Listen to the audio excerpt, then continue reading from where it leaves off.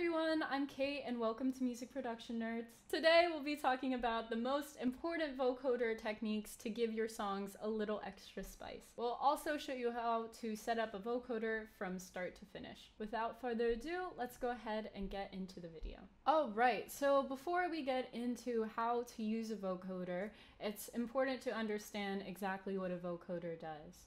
Basically, a vocoder is an audio device that takes the signal of a modulator sound, which is usually interpreted as human speech or vocals, and then it splits that sound into a number of different frequency bands that are then amplified by the vocoder. You can then take the sound that is amplified by the vocoder and blend it with a carrier noise, and this is usually a synth or a piano sound, which we'll talk about shortly. Today we'll be using a stock vocoder that comes with any DAW, but there are physical hardware vocoders which make really rich, like 80s type sounding sounds, and if you want to learn more about hardware vocoders and how to use them, go ahead and give this video a like and leave a comment so we know to create that content in the future. So let me go ahead and pull it up. I just have a vocal sample track here. I'm gonna open up the vocoder so we can take a look. So let's talk about the different parts here. Basically, the vocoder, we have the visualizer where we'll see our input sound broken down into different bands or different frequency ranges. We have a basic attack and release button, a dry and wet knob, as well as a couple of different settings that will alter the sound. As you increase the number of bands on your vocoder, the audio signal that you put in, so like your vocal or just your speech, will become more clear and more blended with the carrier noise. On the contrary, the less bands you have, the more muted your original sound will be, and the more sound the vocoder will take in from your carrier track. When it comes to picking a carrier noise, usually when people are searching for a vocoder type sound, they're looking for that classic synthy robot voice, and what I've found is usually synthesizers work best as carriers if you're going for this type of sound. And if you don't have a synthesizer that you're really in love with, there's no reason to worry. We have a whole article on our website about the best VST synths that you can download for free, so you can play around with those as well. But I went ahead and selected this pad noise, and I just put down a basic chord progression. But just so you can hear how the carrier noise sounds on its own, this is what it sounds like.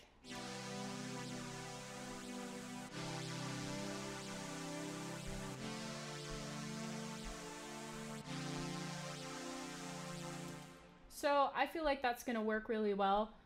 The good news about vocoders is because there's so many separate components, I can always easily switch up this instrument once I've mapped my vocoder to my audio input signal and change up the sound completely. I also have this piano sound ready just in case I want something a bit different, or if the sound doesn't come out as how I would have imagined it.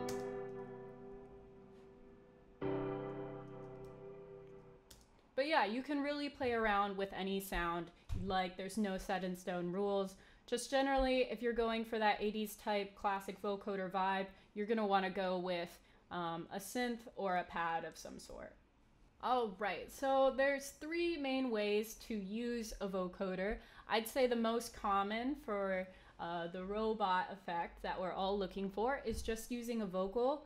It's important to note that vocoders don't take in much tonal information. They might inadvertently, but really what the vocoder is doing is just taking the different speech parts of your voice. So as you'll see with this vocal sample, though it's not in the key of the chords of my carrier pad or synth, the vocoder will still make this vocal in that key because it's just taking out the speech information. It's not taking the tone of this vocal sample. It'll make more sense when I show you, but just for reference. All right, so let's go ahead and take a listen to the vocals without our vocoder. Okay, so this is just a random sample that I found. About you and her, I never put the two together. Okay, great. So let's go ahead and start with our vocoder. So I'm just gonna go ahead and turn it on. And the first thing I need to do is map it to my carrier pad. So right now, if I have this going right now, the carrier's noise, you'll just hear what the raw signal sounds like once it's put into the vocoder. All right, so it'll sound like this. So pretty scary, right? But the reason why it sounds like that is because it's not taking in the tonal information, which is what we discussed before. So anyway, I'm gonna go click on carrier and I'm gonna click external instead of noise. All right, and it gives me an input option, and I'm just gonna go ahead and put in this pad noise. All right, so now my pad is mapped to my vocoder signal so that those frequencies can blend accordingly. All right, let's go ahead and give it a listen. So now we're really getting that robot-like effect. All right, and if I want, I'm gonna go ahead and increase the bands if I want to hear more of the original frequencies of the sample, or if I want less, I can do less bands. So let me go ahead and adjust that. All right, adjusting bands for more clarity. Great. And then another thing that you can do is use a drum loop or some percussive element and map it to a vocoder. And the reasoning why you would want to do this is if, let's say, you have a pad or a piano part, some musical element that you really like the tone of it, but it doesn't feel like it's percussive or it has a lot of movement. A lot of times just mapping and blending those two signals together can create a lot more interest, and it can be a really easy way to quickly automate your sound without having to go through so many different steps or individually like mapping where the sound is going. Okay, so let's go ahead and take a look at the loop that I selected. This is just a basic drum loop that comes with my DAW, I believe. All right, so let's go ahead and take a listen.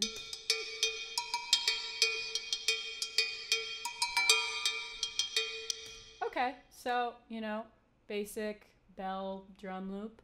All right, so let's go ahead and add the vocoder. And just as before, I'm gonna go ahead, this time I'm gonna map it to my piano sound and just see what happens. So I'm gonna go to carrier, I'm going to go to external, and I wanna put my input to piano. All right, and let's take a listen to what it sounds like. So you can see it has a bit more rhythm to it. And I can try the pad as well.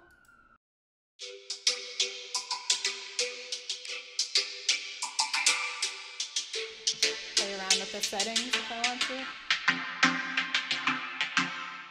So yeah, you can make really cool rhythmic sounds just using a drum loop, drum sound, and your vocoder. All right, and the last technique I want to talk about is pretty subtle, but it can be a great tool if you need to save on automation or you just want to add a little extra interest to your mix. So I have a Downlifter sound.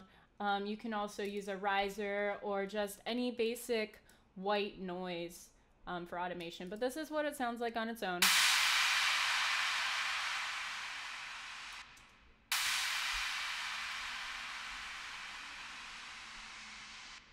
Okay, so that could be used, you know, at the start of a chorus, you know, whenever there's a big drop, you would use a downlifter, or conversely, you would use an uplifter to build to that big drop. So let me go ahead and put my vocoder on it. I'm gonna map it to the pad. All right, so I'm here, I go to noise and I change it to external, and I'm mapping my audio from a pad, okay? And it's just, as soon as I press play, it's just gonna give me big whoosh of sound and then slowly automate it out. Essentially, what the vocoder is doing is it's taking in the information from here and it's automating my pad to filter the sound in this way. All right, so let's go ahead and take a listen.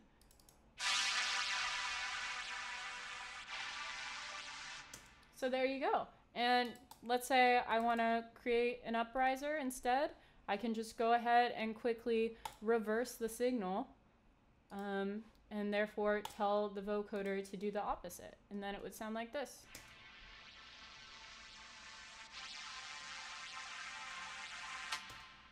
But yeah, it's a great way to automate your music in a completely different way. If you want to hear more ways to automate your vocoder or entire tracks, go ahead and give this video a like and leave a comment so we know to create that content in the future. But anyway, that's it for me, but thank you all so much for watching the video. I hope you learned something.